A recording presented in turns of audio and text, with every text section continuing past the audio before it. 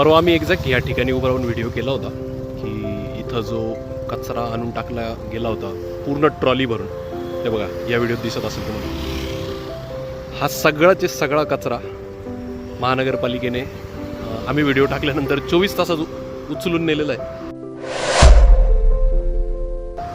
पहिल्यांदा तर महानगरपालिकेचे सॉलिड वेस्ट मॅनेजमेंट डिपार्टमेंटचे खूप खूप आभार. अजूनही बराच कचरा बाकी आहे आणि इथं बरीचशी झाडं त्या कचऱ्याखाली दबली जात आहेत. त्याच्यामुळं आपल्याला ते 10 तारखेला स्वच्छ करायचा आहे हा पूर्ण भाग. आणि हा भाग म्हणजे आम्ही असं स्पेसिफिकली ह्याच भागात काम करणार नाही आहे, तर इथून सुरुवात होणार आहे कामाला.